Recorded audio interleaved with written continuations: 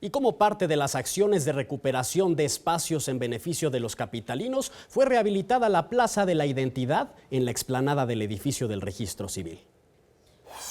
Con una inversión de 29 millones de pesos, fue rehabilitada la Plaza de la Identidad, ubicada en la explanada del Registro Civil de la Ciudad de México. Una rehabilitación integral que constó de renovación de luminarias, peatonales y vehiculares, sillas y mesas, además de bancas de concreto, y el rescate de 1.560 metros cuadrados de áreas verdes. El espacio cuenta con señal Wi-Fi y dispositivos conectores de Bluetooth. Nosotros tendremos el cuidado de mantenerlo limpio, de mantenerlo siempre en óptimas condiciones.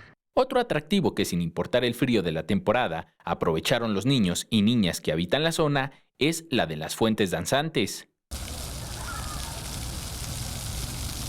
El mandatario local señaló que estas acciones forman parte del rescate del espacio público que realiza su administración para beneficio de la ciudadanía. Y también instalamos una aula digital. Con imágenes de Manuel Hernández, Enrique Muñiz, 21 Noticias.